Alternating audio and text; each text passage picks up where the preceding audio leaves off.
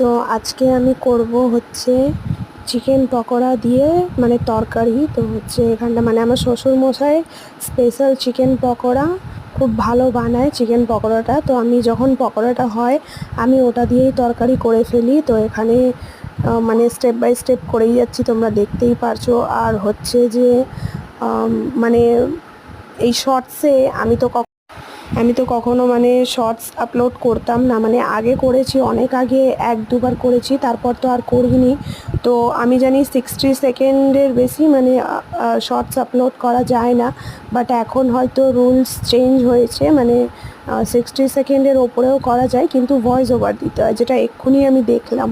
তো হচ্ছে আমি ওটা তো জানতাম না, তো আমি মানে অনেকটা কেটে দিয়েছি। তো চিকেন পকোড়াটা আগেই করা হয়ে গেছে, চিকেন পকোড়াটা তো ওইগুলো সব আমি কেটে দিয়েছি, আমি তো জানতাম না। তো এখন দেখলাম যে না, সিস্টেম চেঞ্জ হয়ে গেছে, তো এবার থেকে পুরোই দেওয়ার চেষ্টা করব। তো এখানে বলতে বলতে আমার পুরো তরকারি কমপ্লিট হয়ে গেছে, আর এখানে আমি পকোড়াগুলো দিয়ে দিয়েছি। তারপর এখানে দেখো রান্না রেডি হয়ে গেছে, আমি একটু ঝোলটা বেশি শুকিয়ে ফেলেছি। তো এরকম তোমরা সবাই বানিয়ে দেখো, খেয়ে খুব সুন্দর লাগে, মানে পকোড়ার টেস্টটা আসে খুব ভালো।